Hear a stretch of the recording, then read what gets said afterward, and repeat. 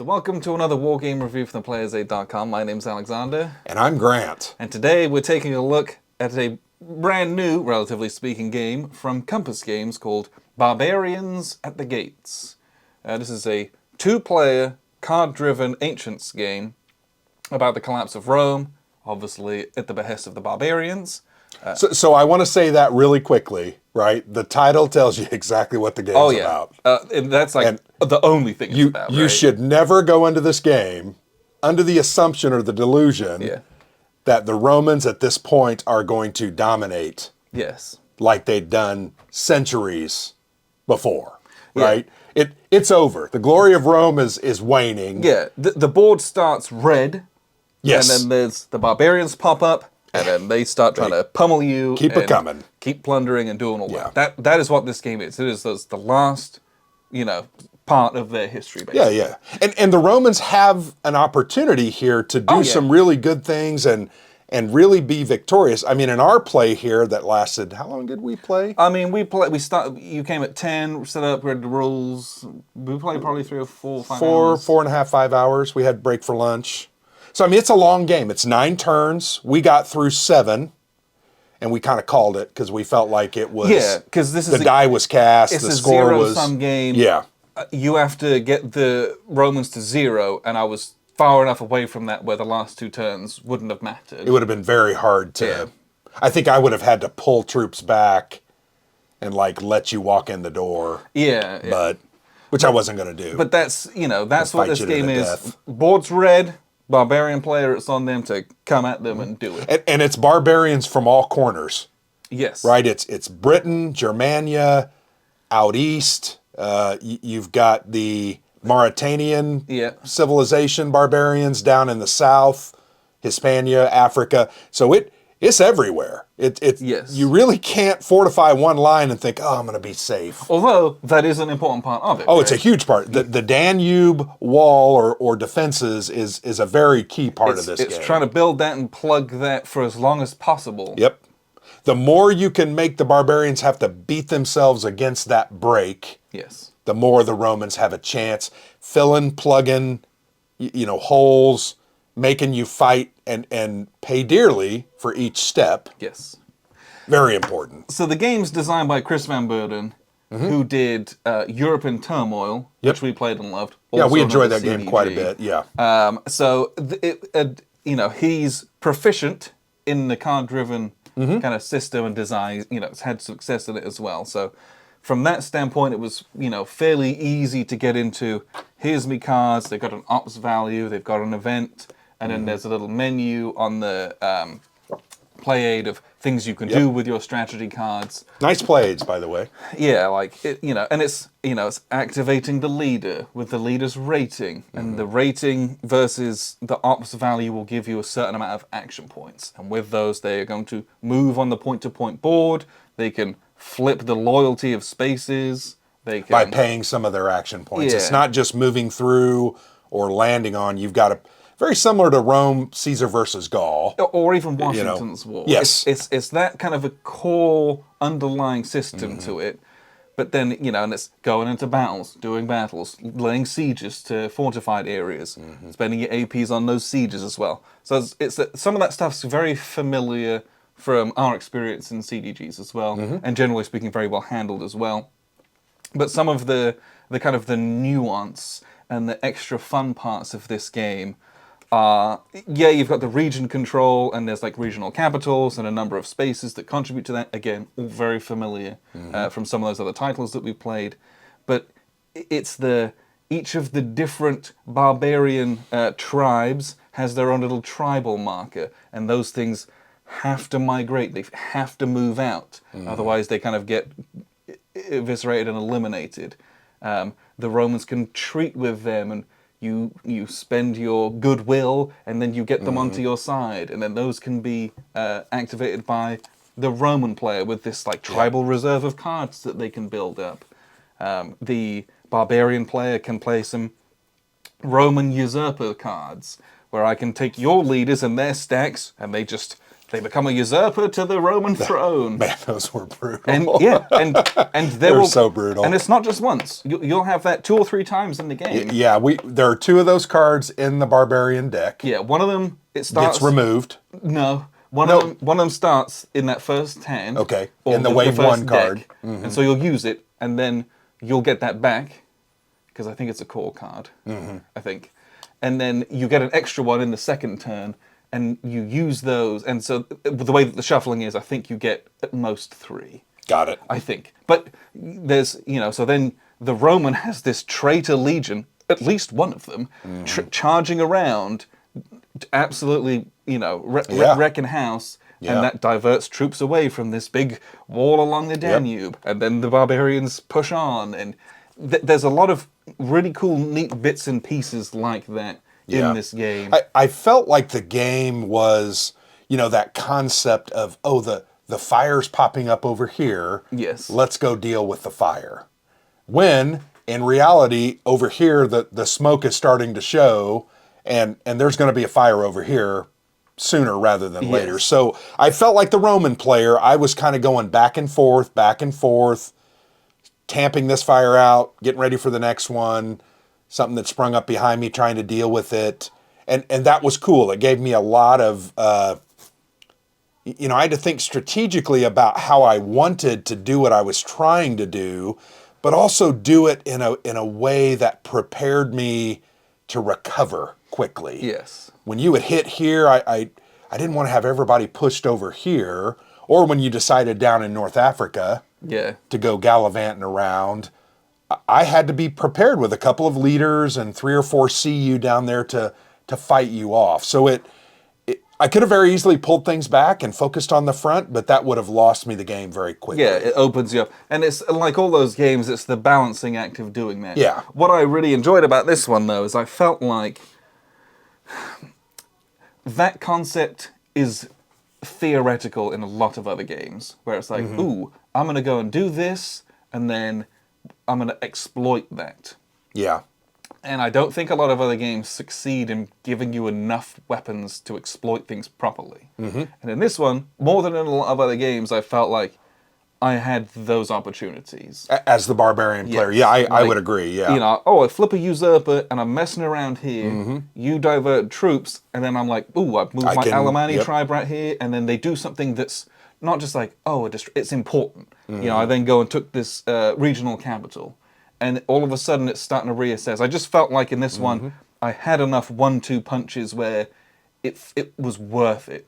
Yeah. Whereas I think in some other games it's like, oh, you can do this. And it's like, it's not really worth it. I should just invest in flipping areas and building troops. Yeah. And in this one, I felt like I had the tools to do more of that, which I really appreciated. Yeah. Because I feel like a lot of games are on the cusp of being able to do that. And this one, I was like, oh, yeah, that was really enjoyable. It was fun to do that kind of thing. The other thing I think that's very cool about the way the game is built, with the cards and those events, like you talked about, that usurper, there are a lot of very cool thematic historical, historically focused events, from different leaders to different events.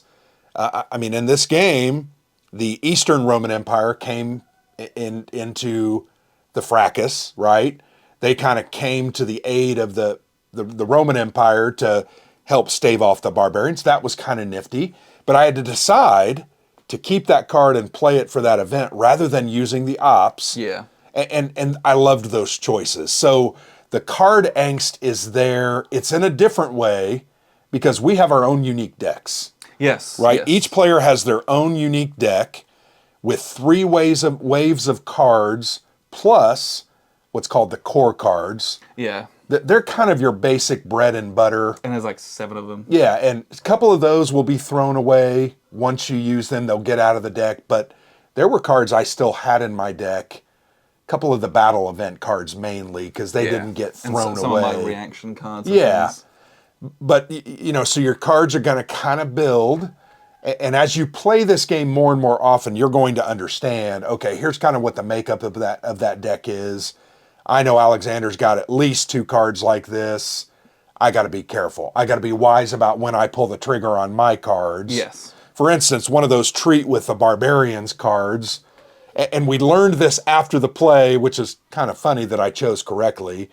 Some of the barbarian leaders can actually be re-entreated and re-brought back onto the side of the barbarians. Yeah, you basically, there's like a coup, and that leader who is Roman friendly gets flipped over to a new leader, and they become a good old-fashioned barbarian again, and bring all of their guys. So, but not every tribe can do that, and not every tribe even can be treated with as well. Right. Some and we don't have any of this on the board, but some of them don't have an allied side on them. You can't You treat can't with even those. do it at all.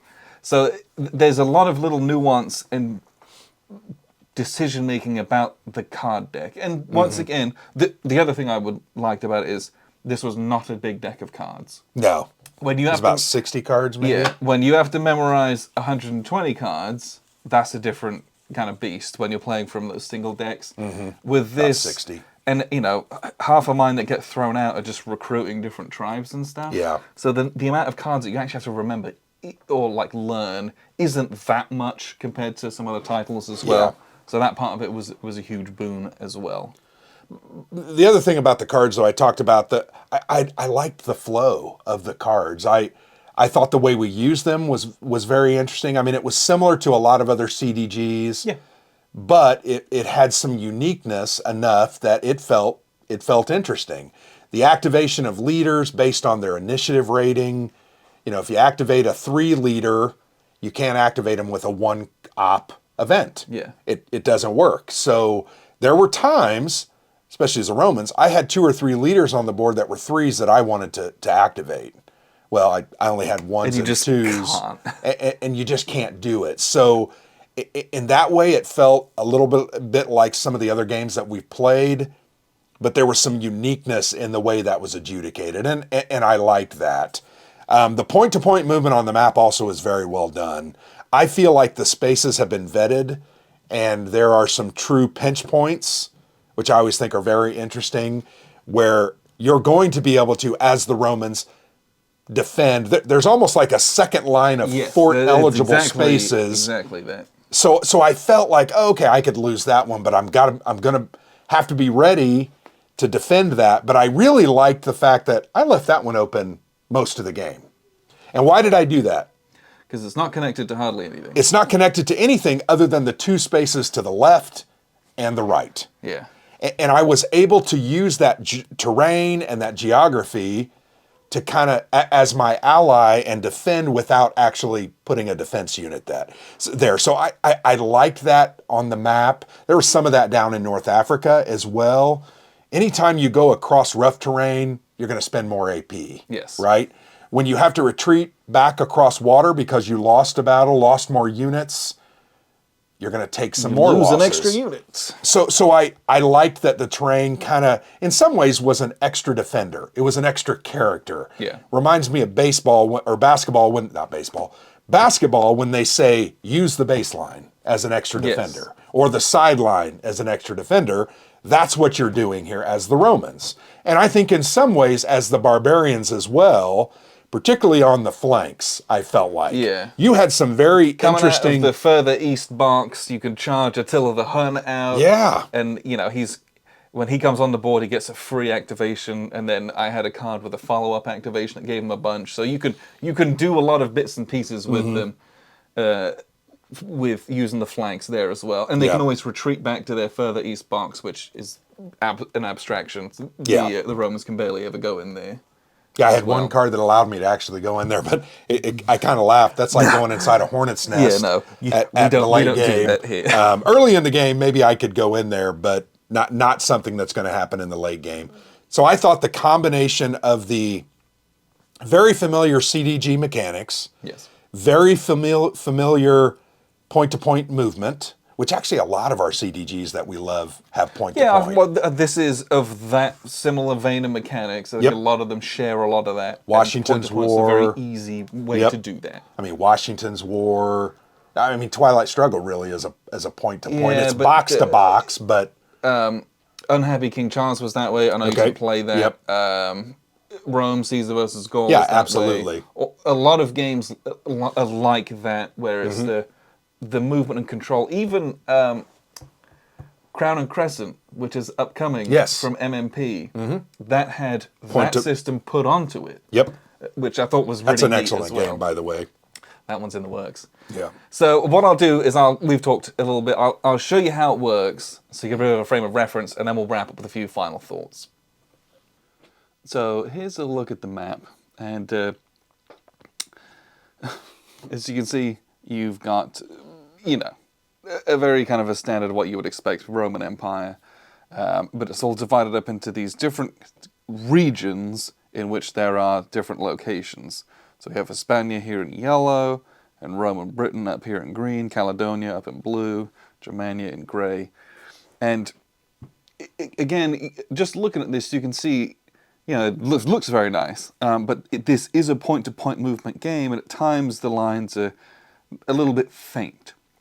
So just kind of know that, and especially where you've got a bunch of crowded bits and pieces and connections with these really nice large counters, you just got to pay attention to what you're doing, because it's very easy to be like, oh look, this space is open, but it's blocked by these two, there's no way through. Well, if you move this little counter, this river goes all the way down here and does leave that open. So you got to pay attention when you're playing the game, that's all. But looks very nice, very happy with that. So it is a card-driven game. Barbarians have a deck of cards, Romans have a deck of cards as well, and it's seeded. You'll get more added to your deck as the game goes on. With a little turn track, so you can have your core and your first wave cards, then your second wave cards, and then your third wave kind of late game cards get added in as you progress through the turns. And, this is a game of area control. So all of the zones within a region, there's a bunch of different types of them. So you have these squares, which are these big walled cities, or walled towns, and then the one that's underlined, that's the regional capital. So to have control of the region, you need to control both the regional capital and at least half of the cultivated areas, which are the circles. So if you lose the capital and you control the rest of the place, it doesn't matter, you still lose control.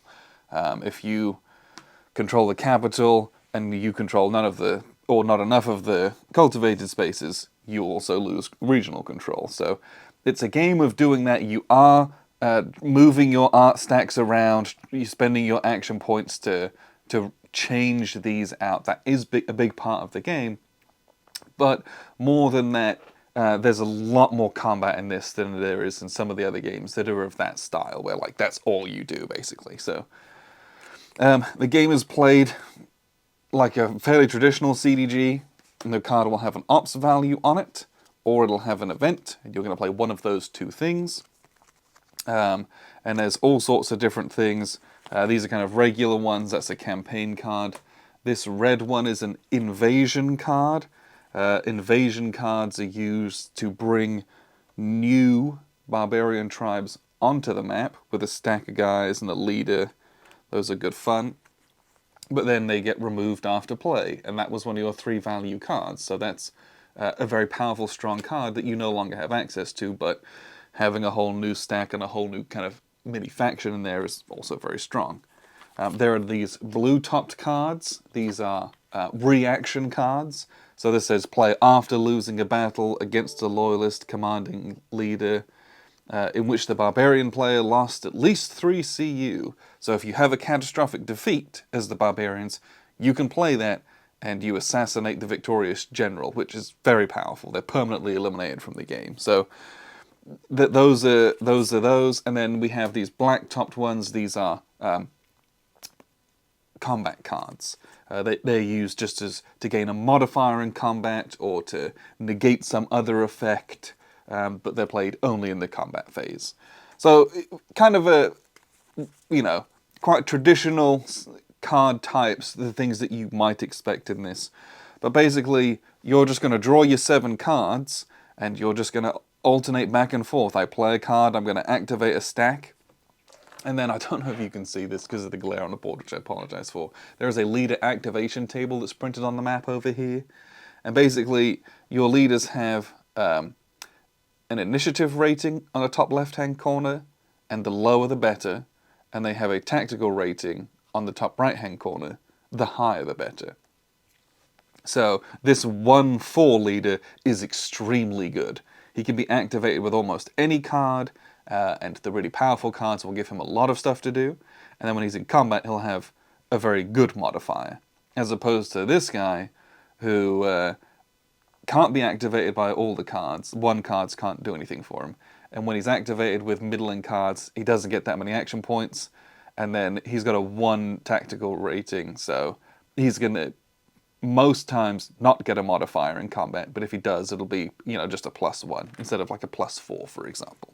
So those are very important. That plays into your card play. So if I play a 1 card on this 1 leader, I get 4 action points. If I play a 2 card to activate this 1 level leader, I'm going to get 5 action points. But if I spend a 3 card, I'm going to get 6 action points. So you can do a lot of stuff if you play your big cards on your good leaders. And what does action points use? Well, action points are used to move, and to flip things, and to lay siege. Basically, all sorts of things like that. So a leader might, they're going to spend movement points based on the connections they're traveling down. So a clear Roman road is a 1. A rough that's a dashed one is a 2 action points. Rivers are 2 action points as well. Crossing straits like this and any naval movement, that costs 3 action points too. But you're going to pick up a stack, you're going to move them. So we activate this 2 leader with 3 points. So 2 initiative rating with a 3 card, we get 5 action points. So you could just simply move 5 spaces. 1, 2, 3, 4, 5. You're going to pop up all the way over here. Great. Or we can say, well, we've got to go and try and put out some of these fires, but the connections aren't good. 1, 2, 3, 4, 5. You can't move nearly as far. Or if we happen to be over here, we're going to say, I'm going to move 1 to go into this space, and then I'm going to pay 1 of my action points 2 to change this to loyalist control.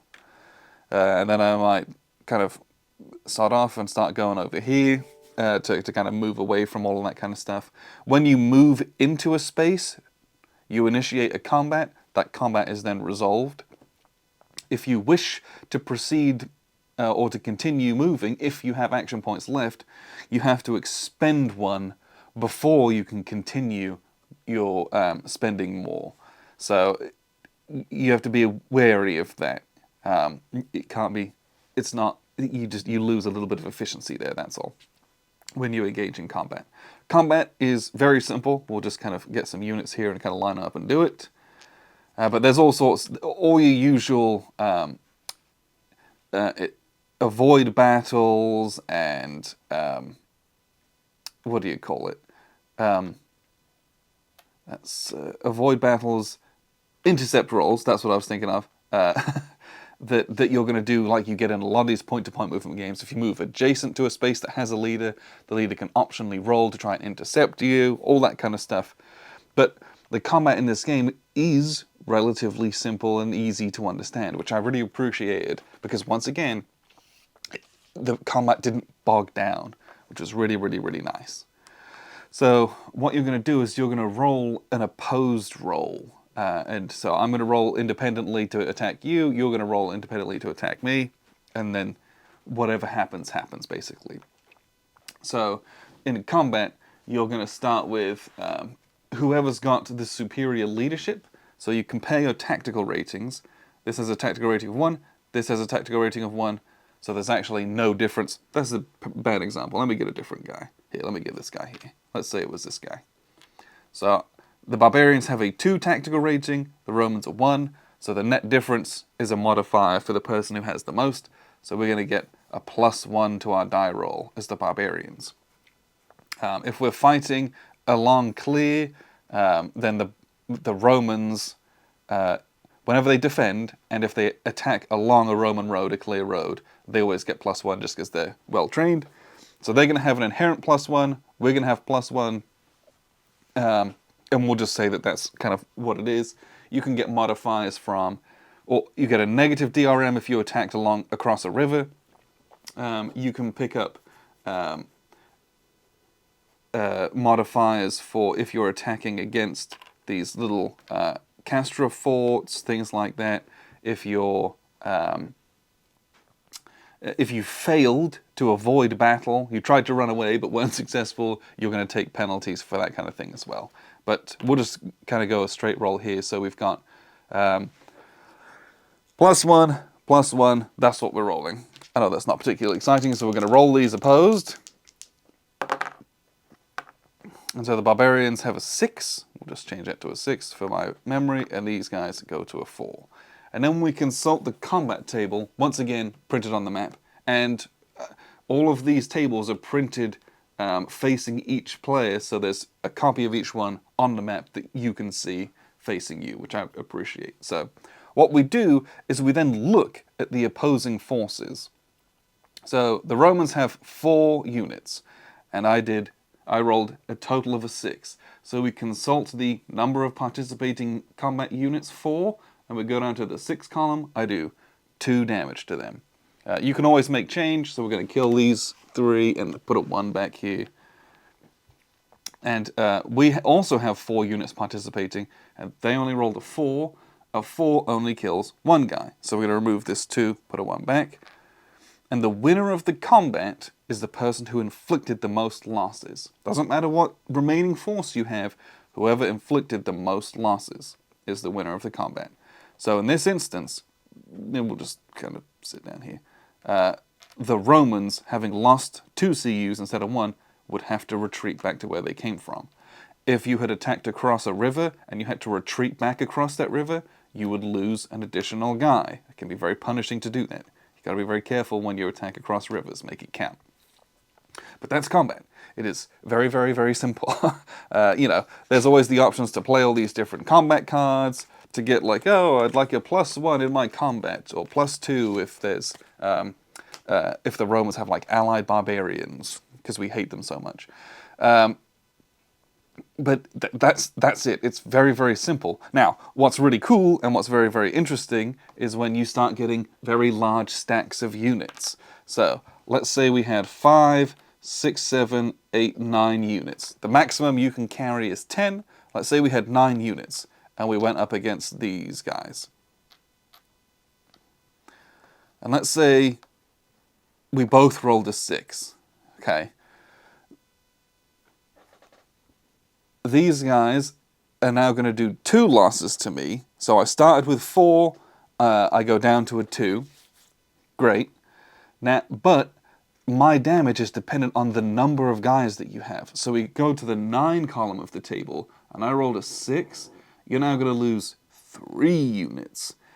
Even though I had the same roll, the more guys you have, the more units you lose. And so it can be absolutely devastating. And this is what we're going to talk about a little bit, is efficiency of numbers. You can carry around these 10 stacks, but you're going to lose so many units, and even it doesn't even matter, because if you lose a bunch of units, you lose the combat.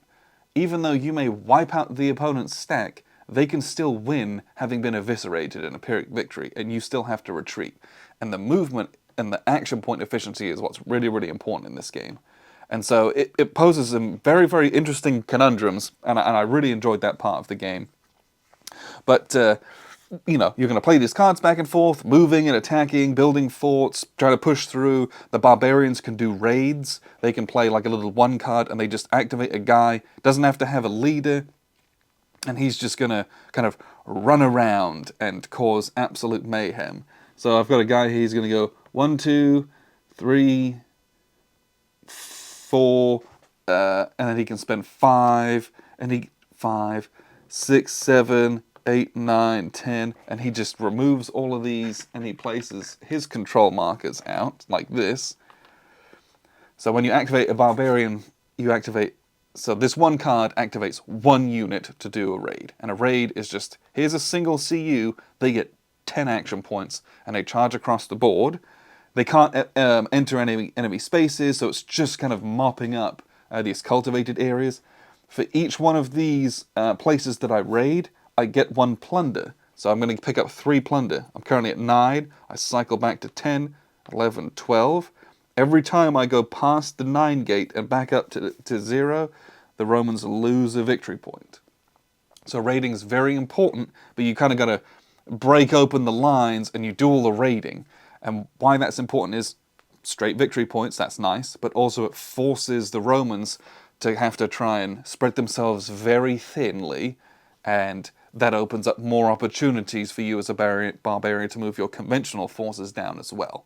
So getting that done, very, very important. It also is going to start changing control of these areas as you raid everywhere, and everyone's pretty annoyed at you. It's a wonderful, wonderful game from that aspect of it as well. But you go back and forth, do all of that, and then you're going to roll attrition, you're going to flip counters where you have guys, you're going to then assess Roman control and award or remove victory points depending on how many they've got. If they have 7, there's no change. If they have less than 7 regions controlled, they're going to lose victory points. If they have more, they're going to gain victory points. That can be very hard to do. And then you get some reinforcements out, get some free siege markers, and then kind of go at it and do it all over again. So generally speaking, that is the core of how this game works. What we'll do is we'll wrap up with a few final thoughts. So that's how the game functions. I had a blast playing this. I really liked it as well. I feel like this is a very solid game. Yeah, one of the things that you had said a few times also playing is that this feels more like a war game than some of the other titles that use this kind of a system. And I'm inclined to agree with that as well. Well, and we specifically talked about Caesar, Rome versus Gaul. Yes. Right?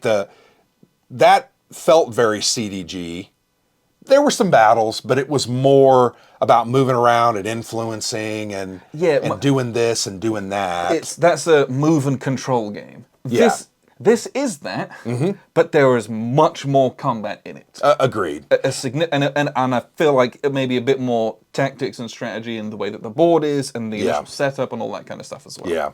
Well, and it also, and it's probably, to me, it's more of a form that reminds me of more of a war game. It's the static line here of solid back-to-back troops, right? Your barbarians really were kind of flittering around because you didn't want your tribal markers. You can't afford your tribal markers to get penned in or eliminated. You don't want them to get eliminated. Because it does that. That's very bad. But it did. It felt to me more like a war game because of that line, because of, the sieges. Some of the other games have siege. Yeah, they've all got some way of resolving that. But there were a lot of sieges here. I really liked that. I thought it was a easy way to execute it. You basically pay your APs, you roll a die. If you roll high, you're going to eliminate some units. If you roll low, you're going to kill your own units. It just felt more like a war game. Yeah, I thought. The one thing I really enjoyed about this game was the combat. And it's a game where you roll a die with some modifiers on it, and you compare that to your opponent's volume of troops.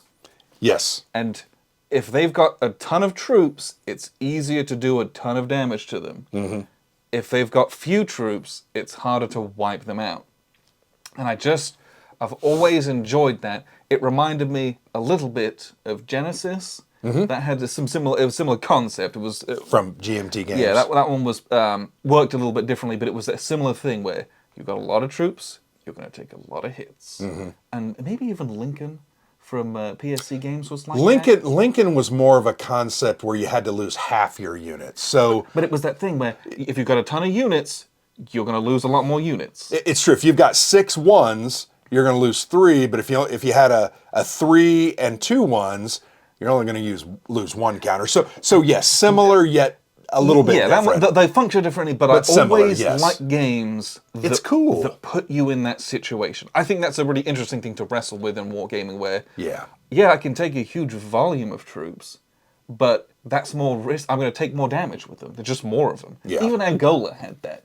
And it was that same lose the number of counters, but it's that, how many times did you bring 5 guys and I had 2 and you'd roll poorly, I'd roll well, and it was like, I lost 1 guy. I lost 3. And then you lost 2. And then you'd have to retreat. Yep. Like that. I always like those kinds of... Attila the Hun comes in with 10 guys, And he I just lost charged in 6 guys. Yeah, he lost because I 6 rolled guys. a 7 or an 8. I think you lost 5 guys straight up. Yeah, and then you had to retreat across water and lost it. So yeah, your force went from 10 down to a 4. Down to 4, which actually we kind of talked about that. I felt like the sweet spot for attacking was 4 units. Yeah. 4 to 5 at the most. You want to have lots of those smaller stacks because it's less. The fewer troops you have, the less likely you are to get totally wiped out. To lose 3 or 4 units. Yeah. Yeah, but but then with Attila, I kind of wanted that to happen. Yeah. Because then I played the victorious general assassinated. Killed my general. So I was hoping, and so there's some different nuances that go into the card. You killed my Dux Byzantine leader, which hurt quite a bit. And it was just because he was good. So some of those bits were really fun. The combat system was very enjoyable. Wasn't, and thank goodness, it wasn't complicated. No, not at all. I like a combat system that's simple. Yeah. Because sometimes you get into games and it's like, all right, now we do the combat procedure. Yeah. And then combat's really slow the game down. I felt like it was chuck a d6 with your modifiers. That's how many troops you lose. Done. Move on. Yeah. I felt like the flow of that was pretty good and didn't slow down a CDG, which was nice. I appreciated that. I think the other thing that I really, truly enjoyed about it was the activation of the leaders, trying to match the op value of the cards with the right value of the leader. Very hard to make. It's hard to do. You got to think about it. You've got to consider what you really want to do. And in my opinion, that is the best part about most card-driven games, is the card angst, where you're trying to think about how to do the most good and minimize the negative, right? And there were some events, like, for instance, taking over your barbarian tribes, that early in the game, I really couldn't afford to play because I had to activate guys to plug holes or do this or do that, and I needed those 3-op cards, or I needed those 3-op cards just to do a reinforcement and get some new guys onto the board. The Romans don't start with an inordinate amount of guys. You have to work at it. And the same with the Barbarians. They start with a few, but all of your 3-op cards are ones that bring new tribes. New tribes with a bunch of guys. And then they get thrown away. So I'm using my best cards to bring guys out, and then I can't hardly activate any of them. So there was a balance there that you have I would do differently next time. You really have to consider how you use those cards. I always like that about card-driven games. Yeah. This feels like a war game. I liked it a lot. It is a long game. I think even once you get the mechanics down, I still feel like the 9-turn game is going to be 4 hours, 3 to 4 hours. And there's a lot of different shorter scenarios. There are. Compass did a really good job of, in a little breaking it playbook, down, of a bunch of different scenarios. There's even like a pre-war successors type Civil War thing going on that you can do that we didn't do. It's like a whole other mini game basically. Yeah, that's the prelude cards, right? But like there's all sorts of different length scenarios in here, so you can play this anytime you want. But to me, what we did is like, that's what you're getting the game for. You want to play the big campaign, that's what it's for. And I think there was an extra Kickstarter bonus campaign. There was. It's like a little sheet. So it's got a little bonus. Which we didn't really try. We wanted to kind of do the base game. Yeah, that's like a what-if kind of theoretical scenario. There's a lot to like in this game. Is it perfect? I felt like some of the cards are really, really mean-spirited. the gotcha concept. But you got to understand that's what the game's about. Yeah, once you've played it once, you're going to be expecting those. And that's not going to be as bad. Okay. And it's part of the game. But the first time you play this, some of it's like... Oh. Well, I'll never forget... Or I want to say it was the second round. Yeah. I had worked really hard in Britain to kind of build up a nice little stack. I think I had 5 units with one of my good leaders, and I was really poised to venture out and really put some pressure on the Briton tribes and probably do some damage. Yeah. And I'm sitting there and I'm kind of like, naively thinking it's going to go good. And you're over here like giggling at your cards. One of the first things you do is you're like, your guys are usurper now. And it's just like, he's mine now. Are you kidding me? I even think the second time you did it, I had moved a leader around. Isn't that the greatest part of this story is... Yeah. That guy, you built him up, he became a usurper. Yep. You then had to sail a different leader with a different stack over to Britain to take him out and killed him. And then he became a usurper. It was great. It was a great little narrative. It tells a really good narrative. But the other part, the second time you did it to me, I think I was up in the north. Yes. I had kind of defeated a couple little stacks up there. And I'm like, ooh, I'm gaining control. And then I decided I got to move him down south because you had some barbarians down there. Yeah, the Jutes came over. So I like gathered up a couple of little troops as I moved down. And yeah, wait until you collected all your armies and put them in Londinium. And I'm like, oh, why thank you. Yeah, boom, there you go. They're usurpers. I'm like, arg. But yeah, really liked it. The other thing we didn't talk a whole lot about because actually it never happened for us that much. No, it was the tribal reserve deck for the Romans is a very unique concept. Once you have a tribe that you've brought over and resettled in your lands to the Roman side, Roman side, during the next card draw, you draw a number of cards based on their recruit value. Based on how many tribes you've done that with. So you can draw one card and you're going to be able to activate those based on those cards, but it's a random draw. Yeah, so right? you draw a card and it goes face down into your pile. If you've got 2 or 3 tribes, you're going to have 3 cards. 2 or 3 2 or 3 cards. And then you might say, I'm taking a tribal activation. I want to activate that leader. And he's a 2. That means I need at least... Yeah, you need something. A 2 card to activate, or whatever. And so then you reveal those cards one at a time until you've revealed enough up points to do it. Yeah. And so it's possible if you're saying, oh, I want to activate this 3 leader, and you had like 2 cards in there, and they were both 1s, you could like barely do anything with them. Yeah. Or if you only had 1 card and it was a 1, you're like, oh, I can't do anything at all. Do these cards go away once you use them? Yeah, you keep drawing every turn at the beginning of every round. That was, I just thought it was an interesting way to handle that because it made that feel like a game, right? Yeah, it's a little mini game. A little gamey. So you weren't ever guaranteed to be able to do what you wanted to do, which is okay by me. I was okay with that. They are barbarians that I just forcibly resettled. Yeah. Probably bribed them quite a bit. And they're sitting there kind of seething, waiting for their opportunity to stab me in the back. I don't know, a lot to like here. Really enjoyed it.